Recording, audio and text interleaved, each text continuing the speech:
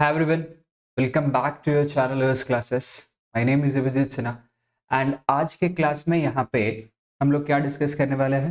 तो इस वीडियो में हम ये देखेंगे कि वेन डायग्राम के किसी भी सेट को अगर अप्रोच करना हो, how to approach whether it is a easy, medium और अ डिफिकल्ट टेबल सेट। तो हम उसको यहाँ पे आज सीखेंगे, समझेंगे। ठीक है, चलिए। And let me tell you कि ये जो सेट मैंने लिया है ये बेसिकली कैट 2020 में जो क्वेश्चंस आए थे स्लॉट 1 में, उसके मैंने दो सेट यहाँ पे वेन डायग्राम के लिया हूँ।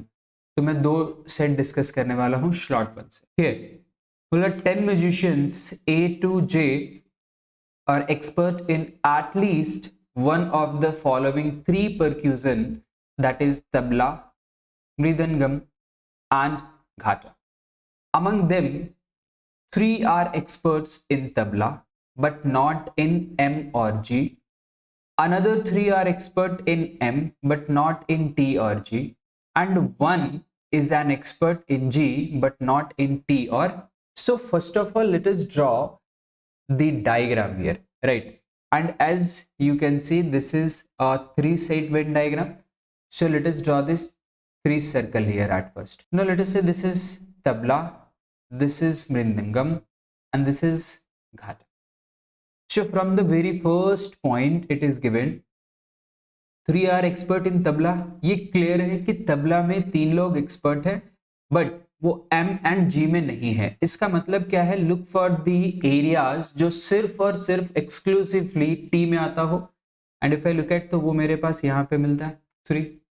फिर बोल रहा है हमारे पास कि another 3 are in M but not T और G। तो एक और 3 यहाँ पे आएगा M में बट T और G में नहीं आएगा। एंड बोल रहा है कि and one is an expert in G but not in T और M। तो 1 में यहां पे ले लेता हूं G में, T और M में नहीं। ठीक है, बेसिक इंफॉर्मेशन। देन बोल रहा है कि बोथ, अच्छा फर्दर यहां पे एक और इंफॉर्मेशन है, further 2 are expert in T and M but not in G। मतलब मुझे T एंड M ओनली चाहिए, वहां पे 2 होगा। तो T एंड M ओनली का मतलब क्या है कि यहां पे मेरे पास 2 होगा। फिर बोल रहा है कि and one is an expert in T and G but not in M, T and G only. तो T एंड G ओनली का मतलब क्या हो गया यहाँ पे। तो वेन डायग्राम में थोड़ा सा जो केयरफुल रहना है ये अबाउट कि कौन सा एरिया चूज करना है, उसमें आपको थोड़ा सा स्पेसिफिकली ध्यान दे रहा है। ठीक है, तो यहां तक क्लियर है। अब आते हैं first point. Both A and B are expert in M but only one of them is also expert in T. So both are in basically M। तो यहाँ पे M में ले लीजिए कौन कौन होगा, तो A एंड B बोथ होंगे। मतलब ये पूरे सर्कल में कहीं पे भी हो सकता है। उसमें से बोल रहा है कि एक जो होगा वो T में भी है। इसका मतलब क्या है कि what I can say here कि इधर दिस इज A और B, कोई एक होगा। Similarly, it is given that D is an expert in both T and G। तो D अगर both में है तो D must be here only, right? Both F and G are expert in T, but only one of them is also expert in M। So both F and G, now we know कि F and G should be here T वाले circle में, and उनमें से एक इधर F या G दोनों में से कोई एक यहां पे आएगा पक्के से। अच्छा, also as you can see कि टोटल स्टार्टिंग में गिवन था कि 10 म्यूजिशियंस हैं, आउट ऑफ इस 3 + 3 6 + 1 7 + 1 यहाँ पे T, दैट इज 8 + 2 10। इसका मतलब क्या है कि और कहीं पे कुछ नहीं हो सकता, बाकी जगहों पे पक्के से क्या होगा 0, और नन 0 है, ये ऑलरेडी हमारे पास मेंशन किया हुआ था। Now combine both the points, point number 4 and point number 5। तो आपको यहाँ पे दिखेगा कि neither I nor J is in tabla, मतलब आई जो है वो तबला में नहीं होगा। एंड बोल रहा है neither H nor I is an expert in M. इसका मतलब कि आई जो है वो एम में भी नहीं होगा। But only one of them is expert in G, दोनों में से कोई एक जो है हमारे पास वो पक्का जी में है। एज बिकॉज आई टी और एम में हो ही नहीं सकता है, तो इसका मतलब श्योर है कि आई कहां पे होगा, जी में ही। अब आई जी में होगा तो आई कहाँ हो सकता है, जी में, यहाँ पे हो सकता है। अब आप सोच के देखिए कि जी वाले सर्कल में दो जो थे वो फिक्स ऑलरेडी हो चुके हैं, H हमारे पास M में हो नहीं सकता, G में और कहीं जा नहीं सकता, तो H के पास एक ही ऑप्शन बचा, क्या, एक्सक्लूसिवली उसको T में होना पड़ेगा, मतलब H यहीं पे हो सकता है ओनली T वाले एरिया में। सिमिलरली अगर बोल रहा है कि neither I nor J is in tabla, तो J T में अगर नहीं हो सकता है, G में कहीं पे जगह नहीं है, तो J को एक ही जगह पे फिक्स है, कहां पे होना पड़ेगा, M में, तो J में यहीं पे लूंगा। नाउ अब कौन कौन से बचा हुआ है, हमने ए को कम ही कहीं ना फिक्स किया, बी को किया, सी के बारे में कुछ नहीं, डी को भी कर दिया हमने, ई को कहीं नहीं किया, एफ जी हो गया, एच आई जे हो गया। तो मेरे पास जो बच गए सी एंड ई, ये कहां पे जाएंगे ये अभी तक हम श्योर नहीं है। आ रही बात समझ में? सुनाओ question, who among the following is definitely an expert in T but not either M or G? That means what, only T की बात कर रहा है। If you look at तो only T में मैं एक चीज श्योर हूं and that is about H. So H is in option 2. So the correct answer is option 2. Now same information को मैं यहां पे भी ड्रॉ कर लेता हूं। Now in question number 2, who among the following is definitely an expert in M but not in T or G? The only M. So if you look at only M, there is J. So the answer is option number 3. Third, which of the following pairs cannot have any musicians who is in expert in both T or M but not in G? So that means what, T and M exclusively. So if I look at A, B and F और G हमारे पास था यहाँ पे, right? तो अब among A B F G में से कोई ना कोई तो यहाँ पे रहा है, ए बी में से भी एक और एफ जी में से भी एक, तो ऐसा ऑप्शन ढूंढिए जिसमें ना तो ए हो, बी हो, एफ हो या जी हो। तो इफ आई लुक एट कि कहां पे ऐसा है, तो ऑप्शन नंबर 3 में कोई भी नहीं है ए बी एफ और जी में से, तो इसका मतलब इस पेयर में सिंगल म्यूजिशियंस भी नहीं है जो यहां से बिलोंग करता। Look at fourth one, if C is an expert in M and F is not, C is an expert in M, तो सबसे पहले तो C अगर एक्सपर्ट है किसमें, M में, तो इसका मतलब M मतलब यहां कहां आएगा, तो वो यहीं पे होगा। एज बिकॉज C यहां पे आ चुका है और आपको यहां से पता चल चुका है कि 3 लोग यहां पे होने चाहिए थे, J है, C है एंड A और B में से एक यहां आएगा, एक यहां होगा, तो ये बचा हुआ E कहां पे जाएगा, ये ऑब्वियसली मेरा बचा हुआ E यहां पे चला जाएगा। नाउ एंड बोल रहे हैं कि F is not in M, इसका मतलब यहां से आप क्या करेंगे कि F को हटा देंगे, तो F को यहां से हटा दीजिए, तो यहां पे क्या बचेगा G, इसका मतलब F कहां पे आएगा, F यहां चला गया। अब बोल रहा है कि then which are the 3 musicians who are expert in T but not in M or G? That means what, only tabla, only T की बात कर रहा है, that is H, E and F. H, E, F is nothing but option number. Clear है कि approach कैसे करना चाहिए, सॉल्व कैसे करना चाहिए। एक और सेट देखिए, मैं सेम लेकर के चल रहा हूं यहाँ पे, आपको सेम डिस्कस करके समझाने की कोशिश करो, वो 4 सेट का उसको भी समझिए। Here that 1000 patients currently suffering from a disease were selected to study the effectiveness of treatment of 4 types of medicines A, B, C and D. So now these patients were at first randomly assigned into 2 groups of equal size, which means 500 each. The groups are called treatment group and control group. The patient in the control group were not treated with any of these medicines. So control group में कोई medicine नहीं मिल रहा है, instead they were given the dummy medicine that called a something something something. The following information is known about the patients in the treatment group. तो यहां पे जो भी मेरे पास बात कर रहा है वो किसके बारे में बात कर रहा होगा, ट्रीटमेंट ग्रुप के बारे में, ये ऑलरेडी बता रखा है। एंड ये सेट कितने का है, 4 का है। तो सबसे पहला काम आप क्या कीजिए कि यहां पे ड्रॉ कर लीजिए कि डायग्राम कैसे बना रहे होंगे हम लोग। Now the diagram will look like this. अब यहाँ पे 4 मेडिसिन की बात कर रहे हैं, तो let's give the name that this is A, this is B, this is C and this is nothing but D. Next अब पॉइंट वाइज आते हैं एंड यही पॉइंट को बहुत आराम से पढ़ के टेबल में कहाँ रख सकते हैं उसको समझना। A total of 250 patients were treated with type A medicines. So A total is 250. We will put A as here. Next, 210 patients were treated with type C medicine, which means here we will say 210. Next is said that 25 patients were treated with the type A medicine only. Only A will be 25. So this reason becomes 25. 20 patients were treated with type C medicines only. So this reasons becomes only C. 10 patients were treated with type D only. So this is D only 10. The point number C, 35 patients were treated with type A and type D medicines only. So only type A and type D होना चाहिए, वो कितना होना चाहिए 35 होना चाहिए।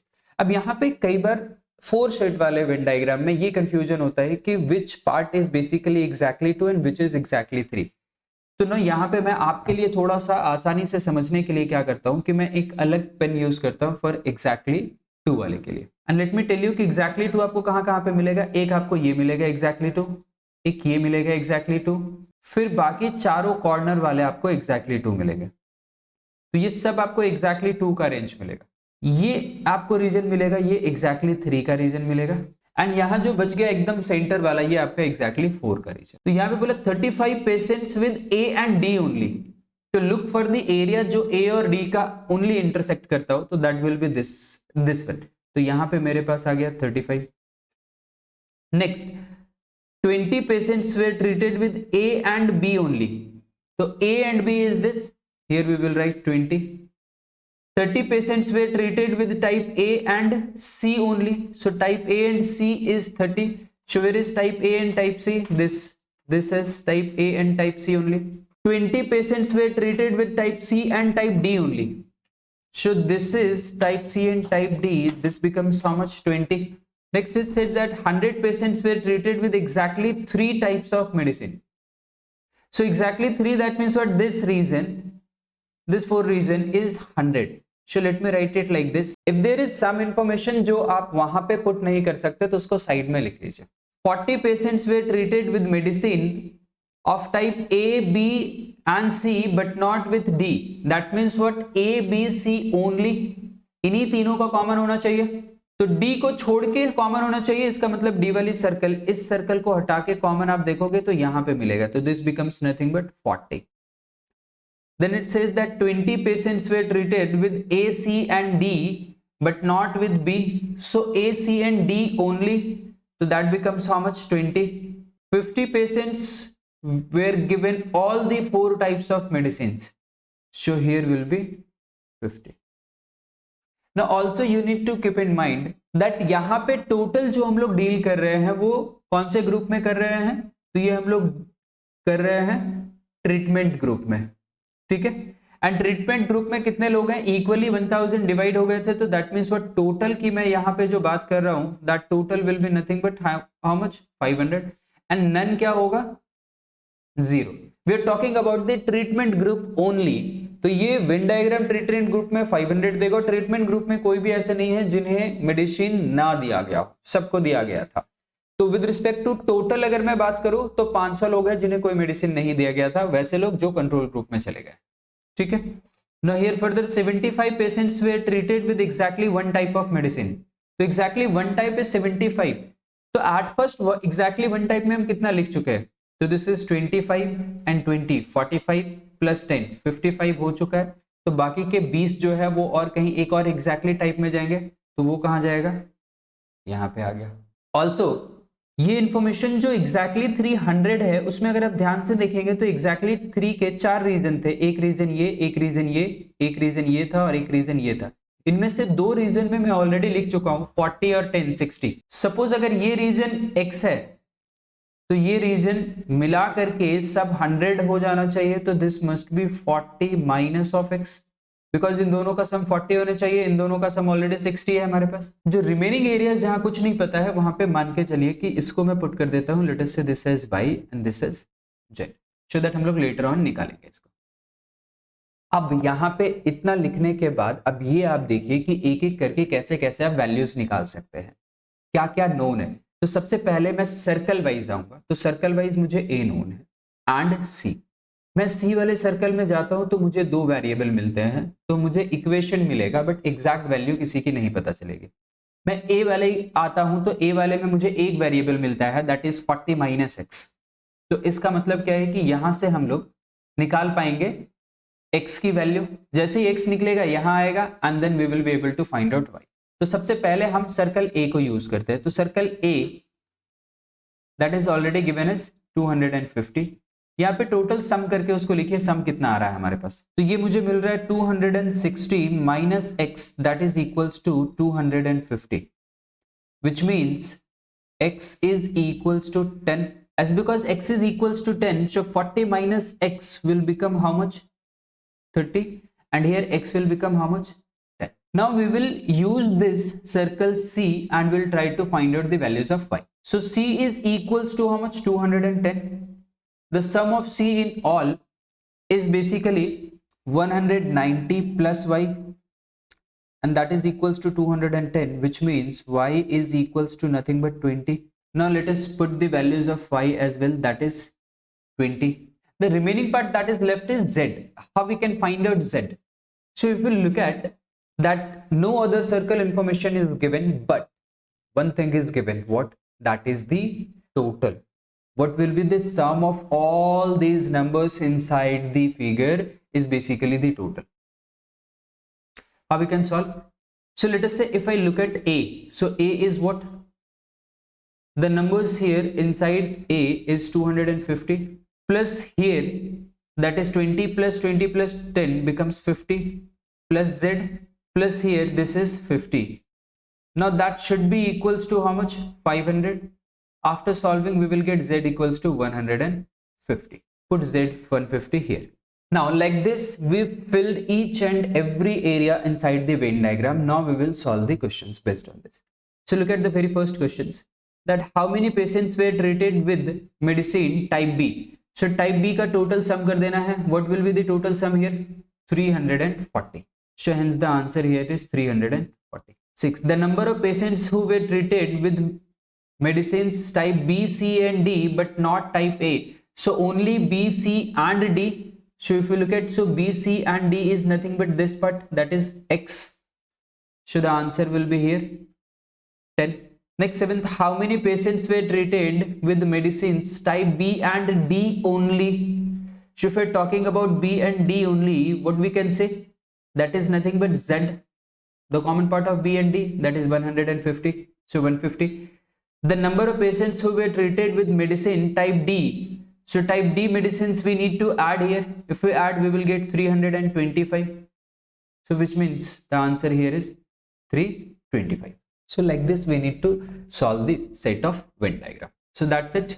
In the next video again we will be discussing some other set, जहाँ पे again बस सिर्फ आपको ये बताऊंगा कि अप्रोच क्या होना चाहिए, so that इस particular टाइप का और भी सेट आपके पास आ जाता, तो how you should approach. So please do share with this video, subscribe this channel and do not forget to press the notification bell guys. ठीक है, see you in the next video.